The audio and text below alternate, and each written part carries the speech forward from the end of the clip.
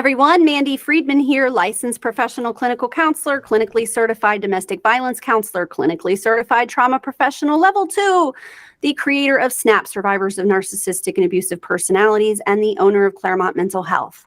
And I am back with episode 6 of our series, analyzing HBO's Succession. And I'm here with my brother, Andrew. Hey, Mandy, it's good to see you again. I'm excited today to talk about Tom Wambsgans in season 1 of Succession. Tom is your favorite character. Tell me why that is. Well, first I have to stop and correct you, Andrew, because it's really important that we get that last name right. One of the scenes I just watched recently is Tom at his wedding giving a speech, and he's going, wife, wife, wife. I just like saying the word wife, and he keeps repeating it over and over again. And then I started thinking about Wambsgans, Wambsgans, Wambsgans, because it's a hard last name to say. It's a mouthful. But I like him for a lot of reasons, and those reasons are going to be named in this episode today while we go through and analyze aspects of Tom's relationships and the different themes that will show up. But one of the things I really like about him the most is that he does have a higher level of emotional intelligence than a lot of the other characters that we meet. And I want to just today in this episode highlight how emotional intelligence can be so effective in advancing someone who's trying to climb that ladder and navigating others. And that makes him in so many ways the most savvy of them all. And that's why I like him the most. Tom has great emotional awareness, situational awareness with emotions and things like that. And one relationship that shows all kinds of great examples of that is his relationship with Logan. His relationship with Logan is so perfect and crafty. We can see its success along the way through the series, that Tom's methods are working, that they are successful. Logan is buying it, hook, line, and sinker. So his relationship with Logan is to treat him as if he wants nothing from him, that he is just there to be helpful and supportive in whatever ways he's needed, but that he's asking nothing of Logan. And Logan likes that. But we all know that these relationships are transactional. That's what makes it a strategic move, is that by default, the relationships are transactional. So when he says, this isn't a transactional move, it's like, oh, he's doing something just because it's the right thing to do. And since he's not in the family, maybe he's being honest and genuine about that. I know my family members and my kids, Logan, he knows that everybody around him has an agenda and that everything's a transaction. So within him, he wants to believe this about Tom, that Tom is someone from the outside that knows how to do something just because it's the right thing to do. When we first meet Tom, he is not a part of the family. He is the fiance of Shiv. And throughout the first season, we get to see their relationship change quite a bit. Tell me about his relationship with Shiv. It starts off with Logan having the stroke. And we see them together at the hospital. And at a certain point, Tom gets down on one knee and thinks that this is a good time to propose to Shiv. It's a sweet gesture. And maybe in another relationship with another person in another family, that would have been seen as something that was the right thing to do. But, you know, she swiftly kind of is like, no, not now, not now, not now, and talks him down. And we see how the other family members treat him in that environment too. They talk bad about him right in front of his face. They make, degrading jokes. They kind of make fun of the relationship constantly as if it's a farce and fake, not real. So yeah, his relationship with Shiv is he is there to get whatever he can out of it, but he does seem to genuinely care about her. He does seem to genuinely have a kind of love for her, and she treats him like garbage. Tom is one of the only characters that is like a true outsider to the family. His background is he's from the Midwest. And so he is coming to the big city basically to succeed. I think it's obvious that he has had some issues when he was a child as well, as we'll talk about. But something you said that I find fascinating as well is that, the other family members treat him very poorly, but that's how they treat each other. So it's almost like they're showing him love by doing that. Exactly. And that's what makes it okay to him. It's just, what they say, like, any publicity is good publicity. Right. Any FaceTime he's getting, any exposure, any access, it's all good. Even if it's him having to clean up messes or get made fun of, he's just happy to be there. And that's very clear that he's just happy to be there. And that works on Logan. He's just happy to be here. Mm-hmm. Instead of, no, actually, he is strategically climbing the ladder alongside all of us, but is the gray man we're not really suspecting as being someone that's going to rise to the top. And the gray man is often the most dangerous. Another reason why I love him. You do not suspect it. He seems like a goofball.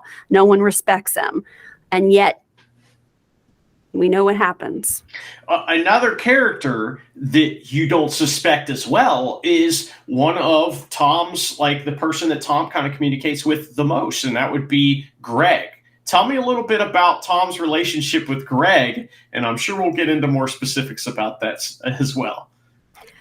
We can watch Tom and Greg and see an example of coercive control and grooming. We can also see that Tom knows the pecking order. He knows who to leverage. And so he immediately sees Greg as potentially maybe an equal on the rung at first, or that Greg might think that he's an equal, and Tom needs to swoop in immediately and let Greg know that he is the bottom of the ladder, that he is not a peer. Let me teach you how to be in these circles. You don't know how to be rich. And one of the things he says to Greg about being rich, he says, I'm going to seduce you and take you out to dinner, and I'm going to teach you how to be rich. He says, here's the thing about being rich, okay? It's fucking great. It's like being a superhero, but better. You get to do what you want. The authorities can't really touch you. You get to wear a costume, but it's designed by Armani, and it doesn't make you look like a prick. So he takes Greg out to dinner after Greg has already eaten like 18 times that day.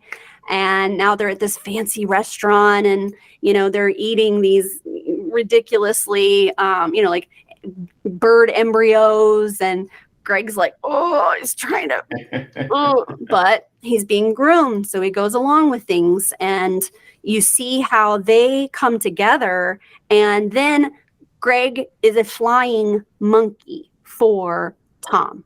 So he's grooming him, he's enlisting him, but he's also making sure that Greg knows that Tom has the upper hand, that Tom has the power in the relationship, and that he will be the one to, lead the way, I guess. But what's interesting is, Greg learns how to push back. Greg learns that these relationships are transactional.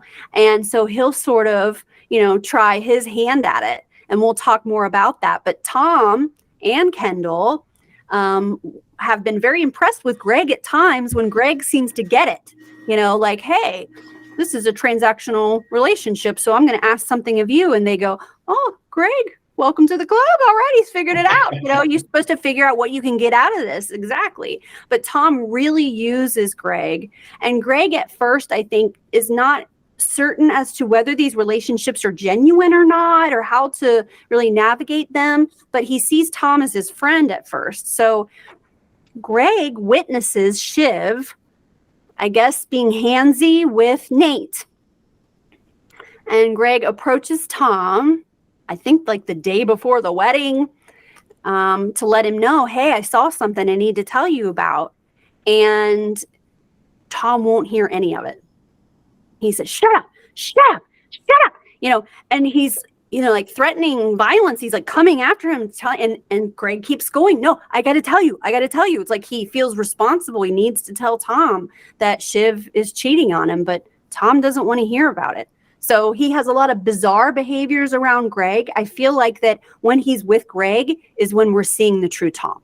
That's fair. He's very abusive, though, when he's with Greg. And, I feel like what you said earlier about the ladder.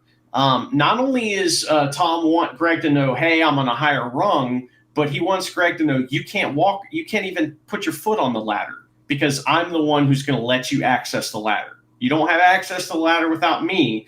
I find that interesting because anytime that Greg bucks Tom's authority, Tom freaks out and gets violent and is very intimidating. And that's something that he does with Greg. If you're someone who's been bullied as a kid, watching the interactions between Tom and Greg are like funny, but they're also like, oh, it makes you feel icky. Exactly. Yeah, he's bullying him. He's a very good bully for sure. Tom also interacts with everyone else in the show, of course, as well. Tell me a little bit about the group dynamics between him and some of the other characters. So we mentioned that the other siblings, Shiv's siblings, don't really treat Tom respectfully. So we know that the other family members kind of disregard him.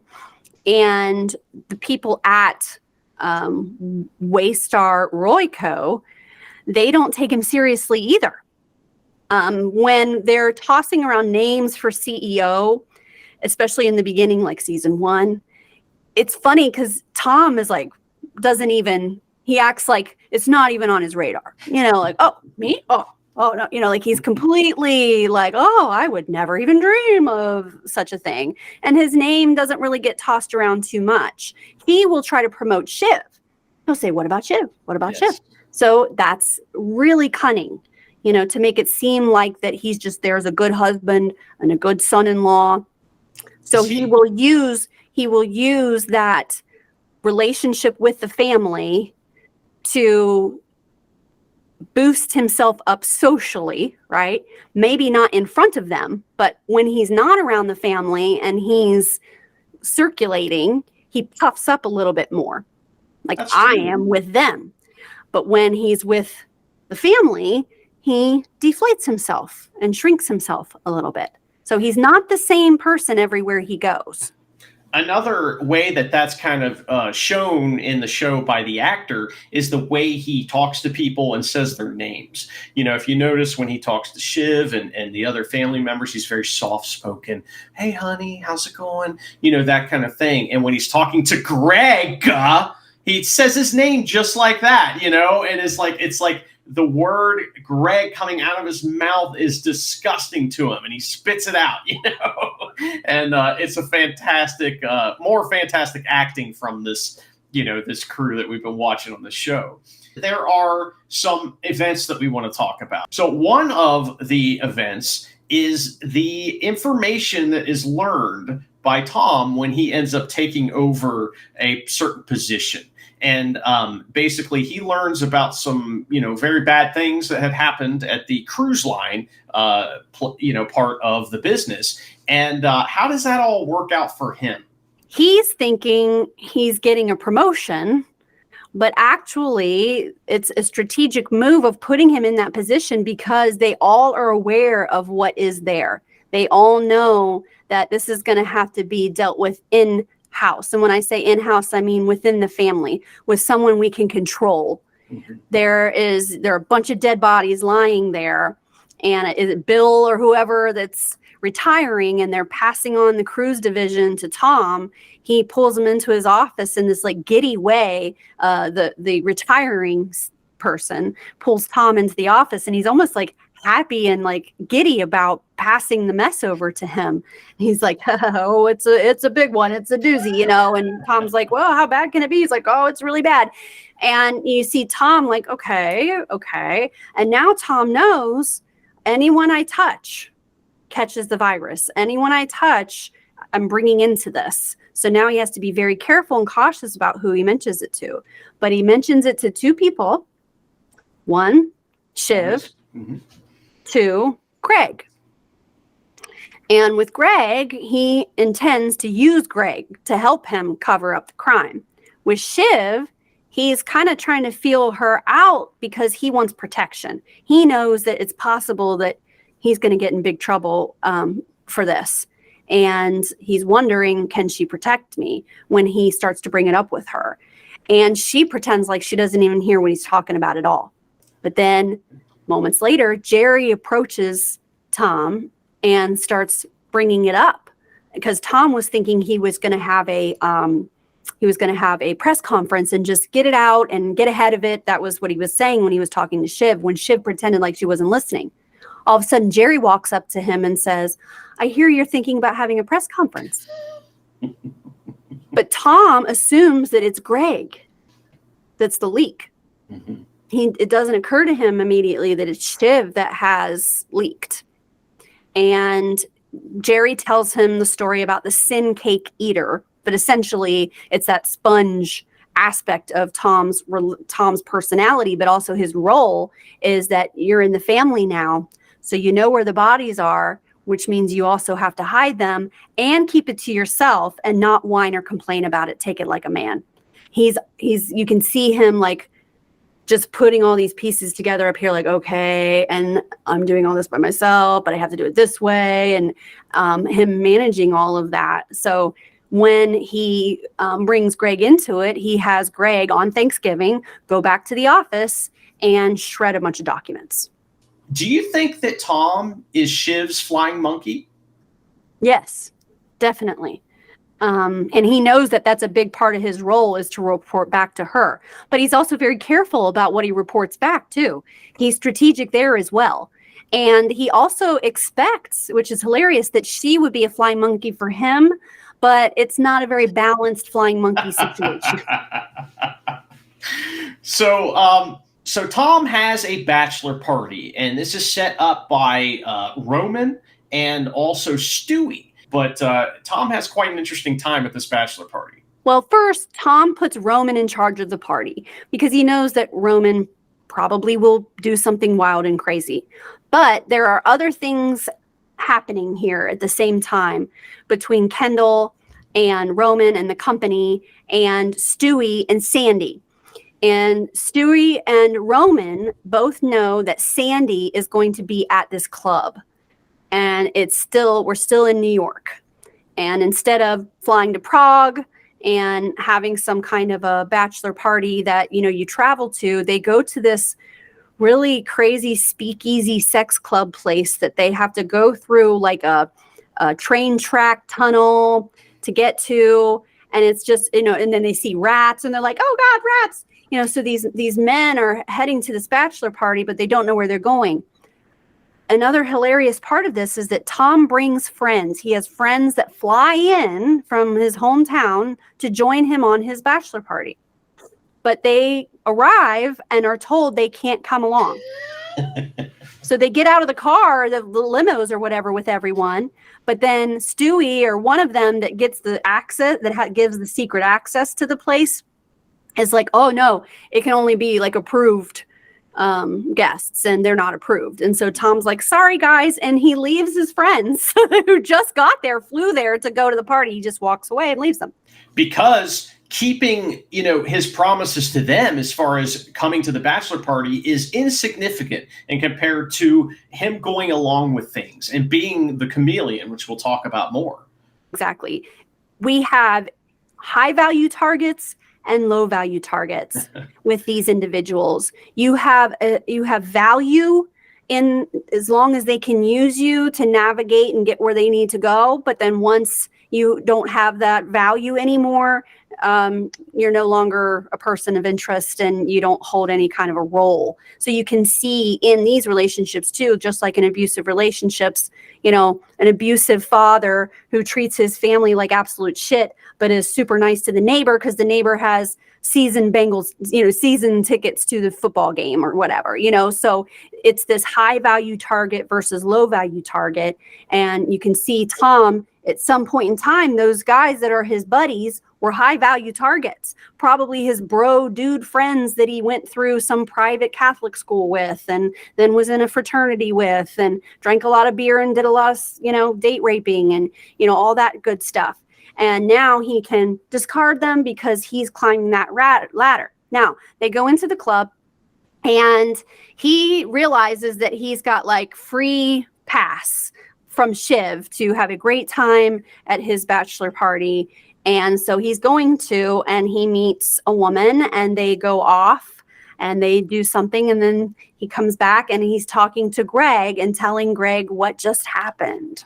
So she's giving him a blowjob, and then he, in her mouth, and then she kisses him and puts it back in his mouth, and then he swallows it. So he swallows his own load, and then he's walking around talking about it as if he just had this, very kinky, amazing experience. But then as he tells the story, the responses that he's getting aren't.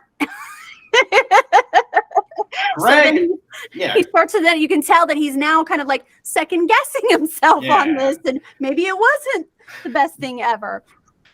Greg is the one who kind of points out to him and just repeats back to him what he has said.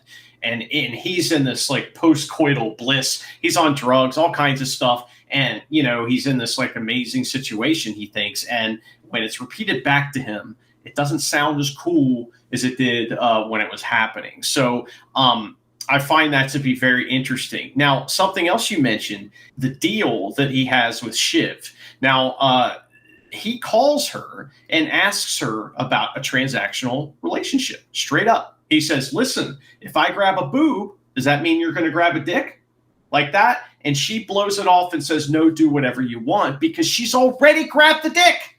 She's grabbing the dick right now. So she's already, purchased her part of the transaction, and she's already gotten that part. And she's, also thinks that she has such control over him that he wouldn't do any of these things. She's smarter than him. She's going to outmaneuver him. And, he would not risk this relationship. She has all the power. He's got to be submissive. And she knows that. And she dominates him and bullies him. But I was just thinking about all the transactional relationships. And I guess that would have been another transactional relationship, however brief that it was. Well, and Tom got back what he gave to. So, that's very, very, interesting. Very savvy businessman, Tom. Indeed. And then that same woman becomes Roman's girlfriend. Which I suspect is not a coincidence. I suspect that Roman set up this party. We already know that he has some kind of weird thing with his, with women in general, but with his sister in particular. I feel like that he set that up. And he made that happen and then wanted to date that woman for some reason. So that is bizarre, but that's a whole other episode that maybe we can't do on YouTube and don't want to do on YouTube. The other big thing that happens in this season with Tom is the wedding. He and Shiv get married, and the wedding is very interesting. There's a lot that goes on. And I just want to say that we're going to do a bonus episode just on Shiv's wedding, where we're just going to talk all about it because it's chock filled with all kinds of stuff. But one of the scenes that I really like is in the beginning when the guests are arriving and they're on these tour buses. Now, the wedding is at Shiv's mother's palace or pad or whatever in England. It's a big mansion. And so they're having a big fancy wedding in this big fancy mansion. And everyone's arriving, but there's a bridge or a gate that's probably 1,000 years old. I mean, things are really old over there, not like here. It's interesting when you travel other places and there's like a building that's 4 times the age of our entire country. Mm-hmm. So now, but we have these rich people, right? They don't give a shit about that stuff. The bus driver doesn't want to drive through the gate because it's too small and it could hurt the bus, but it could also hurt this gate, which is probably historical. And Tom is pissed. He's like, what's happening? What's happening? Why aren't they pulling up? Why aren't they coming in? They need to come forward. Come on in. Let's go. Come in. And the event planner's like, well, he's not pulling it in because it might hurt the thing. And I mean, he's just, so they have to walk to the bus. It's these moments where things are supposed to be picture perfect. They're supposed to be amazing. And one little thing like frozen butter sends somebody over the edge. This is one of those moments. So they have to walk out to the buses to meet the guests. And at some point, Tom is helping someone carry luggage, and he looks to the event manager or the event planner and says, see, I am carrying luggage on my wedding eve. Are you happy now? So he loves to harass the help. He likes to poke at people and to, puff himself up as important until the more important people are around. Again, he'll shrink back down. But I really love that scene of how he doesn't give a crap about the bus or the historical bridge or whatever that is that's there. What's more important is that everyone comes to him, and that as they get off the bus, he greets everyone as they get off the bus. He's been waiting for this, but instead he has to walk to them instead of them coming to him. At the wedding, we have Nate is there. We also have the woman that was at the bachelor party is now at the wedding because she's dating Roman. Roman invited her to the wedding, so that's awkward. Later on, he and Shiv are having a conversation, and what she's trying to do is extract from him the information about the cruise line. Now, remember when I said a moment ago that she wanted nothing to do with it and acted like she didn't even hear him talking? Mm-hmm. Now, all of a sudden, she's interested. And she's like, would you mind telling me about what's going on with that? Because she's working for Gil. She's trying to extract information because she's going to feed it to Gil so that Gil can have leverage over Logan. So she's sitting there talking to him, simultaneously extracting information. So she's weaponizing this vulnerable moment.